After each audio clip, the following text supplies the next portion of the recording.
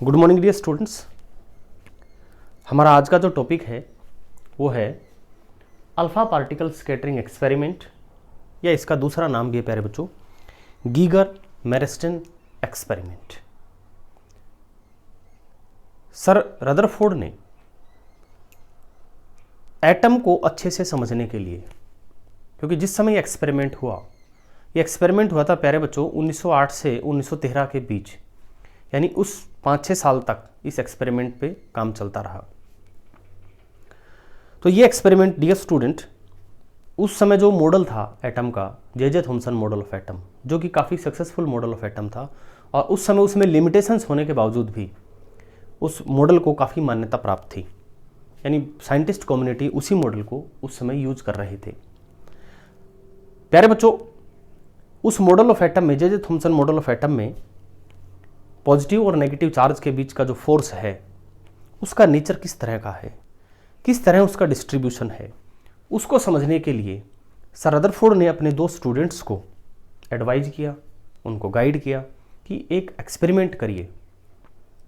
और वो जो एक्सपेरिमेंट है उसमें क्या करना है कि हाई एनर्जी अल्फा पार्टिकल्स आपने लेने हैं और उन हाई एनर्जी अल्फा पार्टिकल्स को एक थिन मेटल फॉइल के ऊपर इंसिडेंट करना है। फिर उसके बाद जो अल्फा पार्टिकल का डेविएशन होगा, कितने एंगल पे वो डेविएट होगा, उसको ऑब्जर्व करके हम जो फोर्स है, नेचर ऑफ फोर्स है या nature of distribution of charge है, उसके बारे में पता कर सकते हैं। ऐसा सर रदरफोर्ड ने अपने स्टूडेंट्स को गाइड किया। स्टूडेंट्स थे गीगर एंड मेरेस्टन।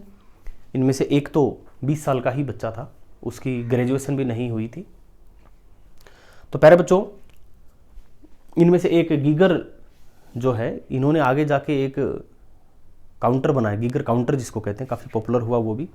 इन्होंने ये एक्सपेरिमेंट किया था, इसलिए इसका दूसरा नाम गीगर मेरेस्टन एक्सपेरिमेंट भी है। इस एक्सपेरिमेंट में उन्होंने क्या किया प्यारे बच्चों, उन्होंने सबसे पहले तो एक सोर्स ऑफ अल्फा पार्टिकल लिया, क्योंकि उन्होंने अल्फा पार्टिकल्स को इंसिडेंट करना है थिन मेटल फॉइल पे। प्यारे बच्चों, अल्फा पार्टिकल्स क्या हैं एक्चुअल में? आज की तारीख में अगर हम बात करें तो जो हीलियम एटम है, उस हीलियम एटम में दो वैलेंस या 2 ही इलेक्ट्रॉन होते हैं। दोनों इलेक्ट्रॉन को आप निकाल लीजिए, जो बचेगा आपके पास वो अल्फा पार्टिकल होगा। डियर स्टूडेंट, अल्फा पार्टिकल पे जो चार्ज होता है that is 2e, and dear student, alpha particle का जो मास है, आप कह सकते हैं कि mass of alpha particles is रफली 7300 टाइम्स मास ऑफ इलेक्ट्रॉन। इतना मैसिव ये होता है। एंड डियर स्टूडेंट, बात अब ये आती है कि भाई आपने अल्फा पार्टिकल ही क्यों लिया? देखिए प्यारे बच्चों, ये एटम के अंदर किस तरह का डिस्ट्रीब्यूशन है, इसे समझने के लिए बात हो रही है 1908 से 1913 के बीच की। एट दैट टाइम जो इजीली अवेलेबल आपके पास एक कह सकते हैं कि पार्टिकल जो था और फ्री में, वो अल्फा पार्टिकल था।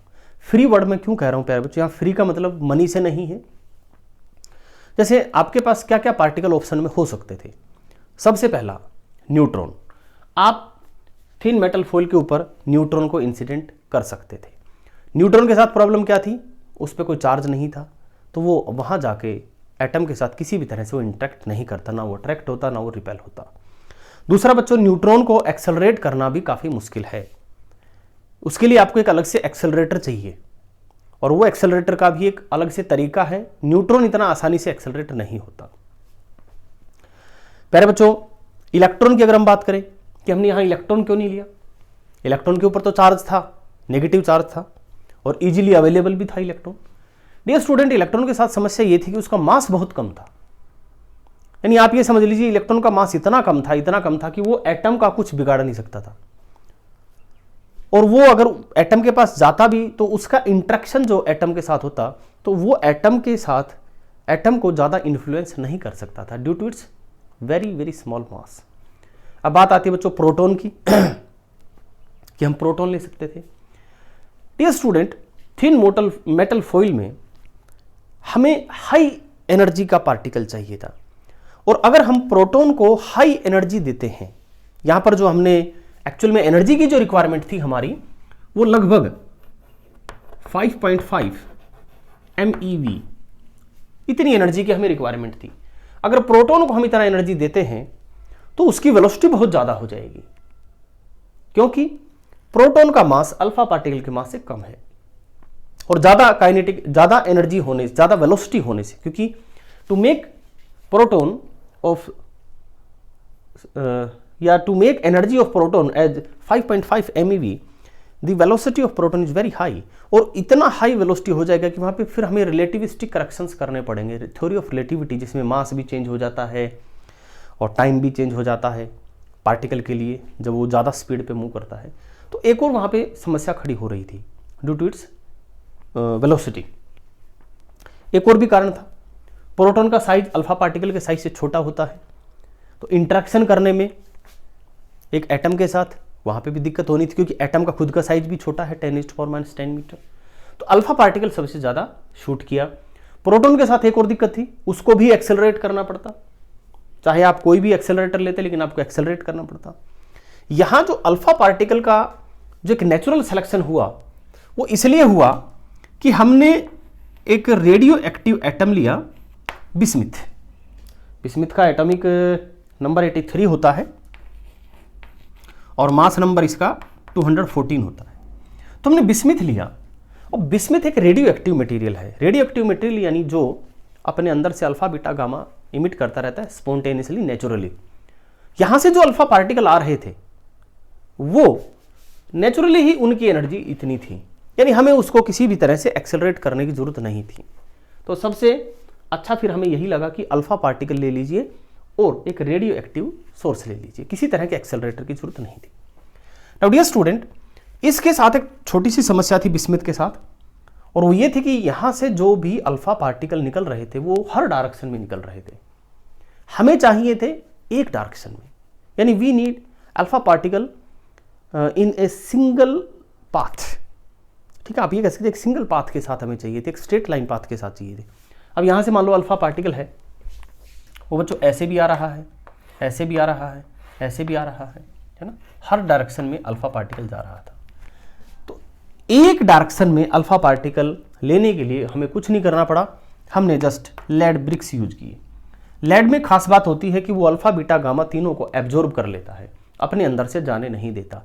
नहीं तो अल्फा बीटा गामा में एक हाई पेनिट्रेशन पावर होती है। ये इवन मेटल की एक, अगर हम आयरन की बात करें तो आयरन की एक कुछ सेंटीमीटर मोटी चद्दर में से भी आसानी से पार हो जाते हैं, लेकिन लेड में से पार नहीं होते। तो यहां से हमें फायदा क्या हुआ प्यारे बच्चों, जो अल्फा पार्टिकल बिल्कुल सीधा जाएगा वही इसमें से पार होगा, बाकी ये आगे जाने नहीं देगा। And after passing through lead bricks we get a collimated beam of alpha particles. Collimated means unidirectional alpha particles, and this hole is very very narrow, बिल्कुल बारीक है। तो यहां से आप ये अज्यूम कर सकते हैं, या एक्चुअल प्रैक्टिकली है भी, कि अल्फा पार्टिकल बिल्कुल सीधा जाएगा। Now this is a thin gold foil.